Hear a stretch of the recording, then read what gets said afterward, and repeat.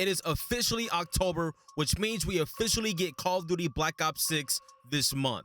In this video, we're breaking down 6 of the biggest changes from Modern Warfare 3 to Black Ops 6, whether it's gameplay tweaks or new features. We've got all the details you need. If this is your first time here on the channel, welcome, and if you are returning, welcome back. As you go along, drop your thoughts and opinions down below. And how do you think these changes will impact your gameplay or just your overall experience? Call of Duty Black Ops 6 is the upcoming newest Call of Duty release and the 24th game in the critically acclaimed franchise. Holy shit, I feel old. It was released after Modern Warfare 3, but it is a direct sequel to Black Ops Cold War. Black Ops 6 is developed by Treyarch and aims to return to form and be true to the series, offering nostalgic features and plenty of variations from what players have come to expect from the latest 2 Modern Warfare titles. The newer Modern Warfare titles have fundamentally changed some of the core systems of the Call of Duty franchise, offering more of a seasonal live service model and focusing heavy on the Warzone integration. The gameplay also changed, promoting a slower playstyle and an engine that ultimately facilitates Warzone as a primary mode. Black Ops 6 is a slight deviation from this formula, offering new changes and nostalgic features alike to capture the signature Black Ops style. So I do want to add that Modern Warfare 2 was almost painfully slow.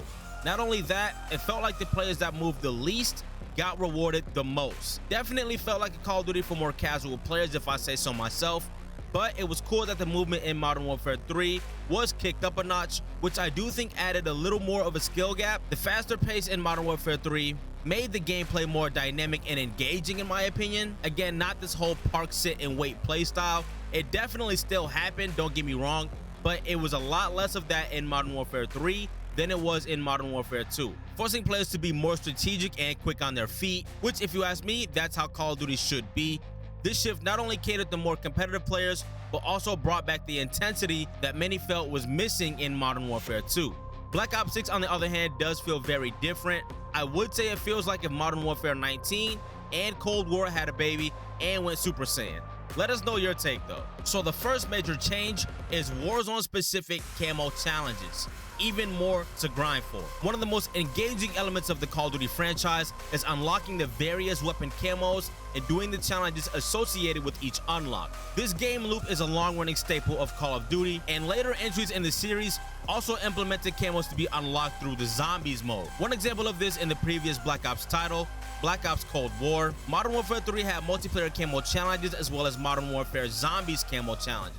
The Warzone mode in Call of Duty took the gaming industry by storm upon its release in Modern Warfare 19 and subsequent standalone release. Since then, Warzone has become a popular staple of the franchise and a fan favorite mode, often being the sole focus of many players. This is likely the reason for a change that will take place upon release of Black Ops 6 Season 1. When Warzone is integrated, players will be able to complete Warzone-specific camo challenges to unlock Warzone camos. These camos are Gold Tiger, King's Ransom, Catalyst, and Abyss. Warzone camos will take their place alongside the unlockable multiplayer and Zombies camos, totaling 3 different mastery camo categories for players to work toward completion. I know that might sound like a handful, but I promise it will not be as much of a handful as the weapon camo progression system in Modern Warfare 2 and Modern Warfare 3. In the last couple of CODs, I did think the weapon camo progression system was dope at first, but after a few months, I did think it was a little bit unnecessary. Not only that, but this is a hot take,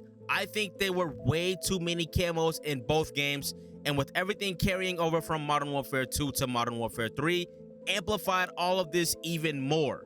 So I am glad that this specific weapon progression camo system is now a thing of the past, and from what we can see, a lot of these camos do look pretty dope as well for Black Ops 6. The second major change, I know a lot of you saw this coming, but Omni-movement. The Call of Duty franchise has often stuck to its successful formula, and whilst games in the franchise offer content additions, most don't deviate from the formula. Titles like Black Ops 3 and Black Ops 4 introduced hero shooter aspects, but most other titles kept fundamentals such as movement relatively similar. Be it grounded movement or exo movement, Modern Warfare 3 stuck firmly to the standard grounded approach, initially opting to slow down movement mechanics. Black Ops 6, in stark contrast to its predecessors, has entirely reworked the way movement functions.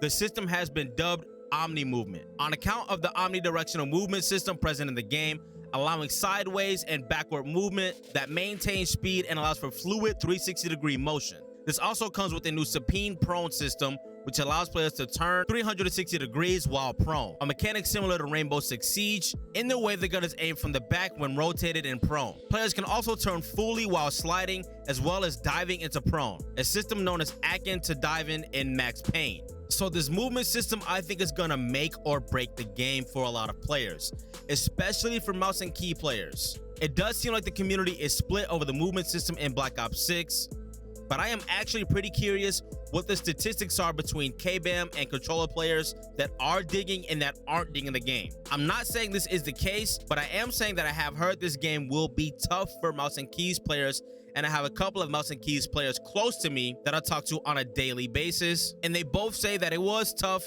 during the beta weekends. And again, just to be very clear, they did not say that they didn't like Black Ops 6. They said simply it was tough and it was going to take some getting used to. But I do think this will be a controller COD if I'm keeping it all the way 1000. The movement system seems to be made for left stick movement and not WASD, if that makes sense. This is just my take though. Let us know if you agree or disagree with this down below. Next, we have the time setting.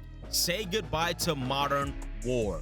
The Call of Duty franchise is no stranger to different time periods, starting life as a World War II shooter before converting all sorts of historical and science fiction periods such as Vietnam, the Cold War, and modern day, even the near future and the far future.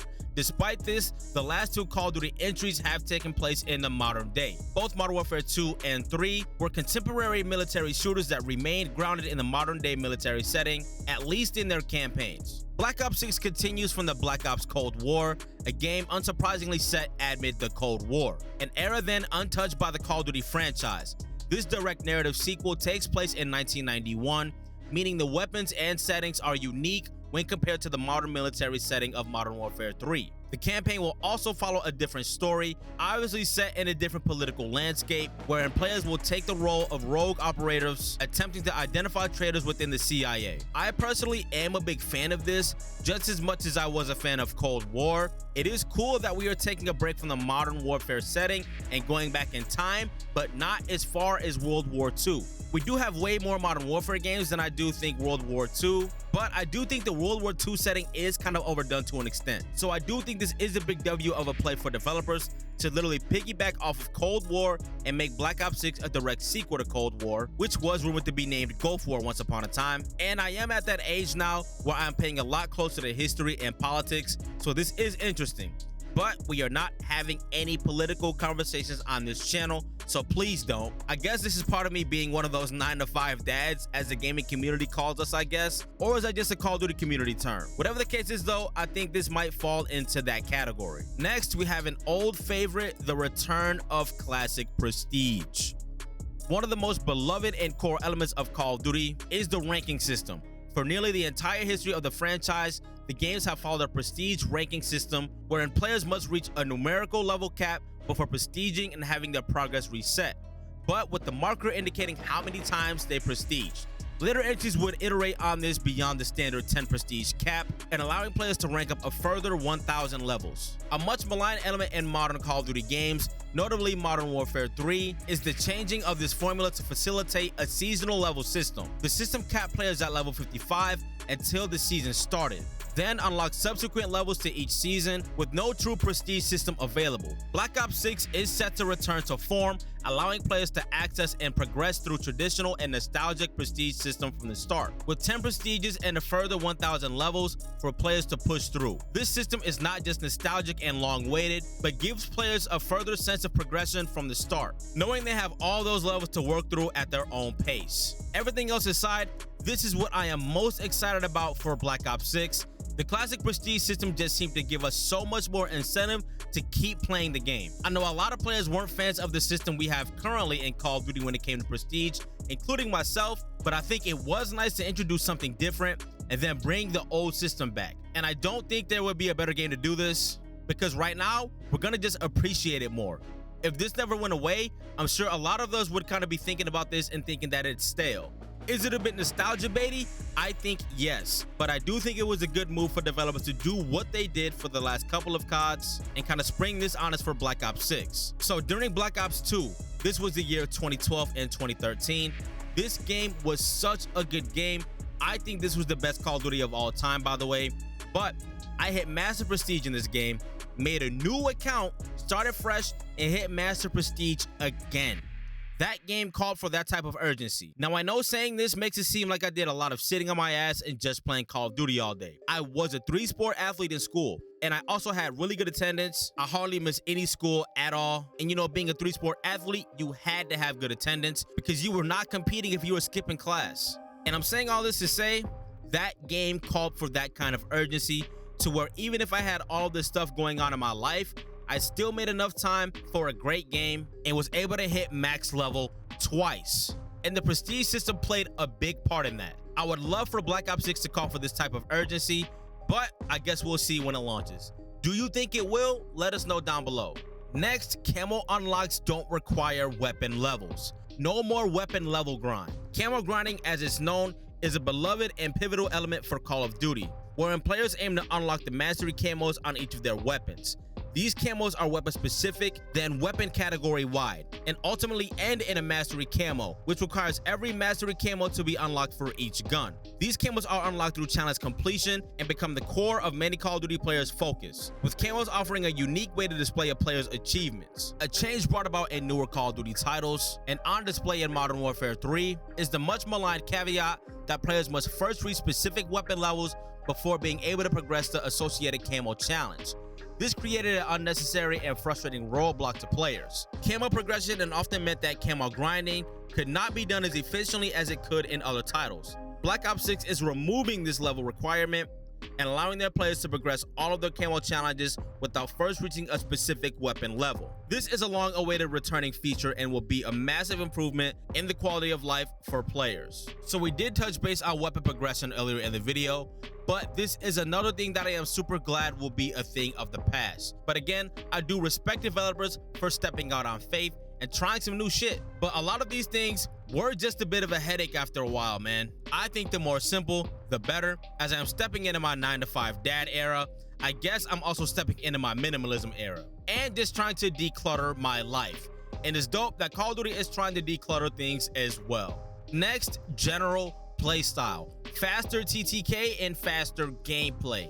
The Call of Duty franchise made a name for itself as a fast-paced and frenetic arcade shooter that modernized the adrenaline-fueled action of arena shooters. The franchise has had varying levels of pace to its combat, notably at its height when exo-movement Call of Duty games became popular, offering a fast and gravity-defying gameplay. Over time, however, the pace of the Call of Duty series has slowed down, most notably upon the release of Modern Warfare 19 and Warzone, where loud footsteps sounds disincentivized run-and-gun gameplay. This was at its height in Modern Warfare 3, where many fast-paced movement techniques were initially nerfed, alongside the still high footstep volume. I think that might be a little bit of a typo there. I'm wondering if they meant Modern Warfare 2. Black Ops 6, however, remedies this by reintroducing a fast-paced movement system alongside lower footstep volume so that players who run and gun are not at a disadvantage and do not have to utilize equipment or perks similar to Ninja or Dead Silence. Now again, a lot of players aren't quite digging these changes we have here,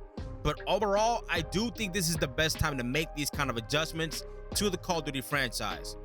Call of Duty has been a thing for over 2 decades now. Some things have to be changed, some things have to be modified, and if it doesn't work, in a perfect world, developers will go back and make adjustments. Think about iPhones. They drop every year. Imagine if we were still walking around with the iPhone 5S on iOS 6. We would be looking at our phones like, yo, this shit is stale as fuck. We need some new shit. And even if we didn't like what we ended up with that was different, we still appreciate a change of pace to a degree. But I do think Black Ops 6 has that good mix of nostalgia while simultaneously feeling new. Let us know your take though. If you made it to the end of the video, thank you for sticking around. I'll drop 2 more videos for you on the screen right here. And consider subscribing if you dug the video. Thank you all for your time. All y'all take care, and I'm out.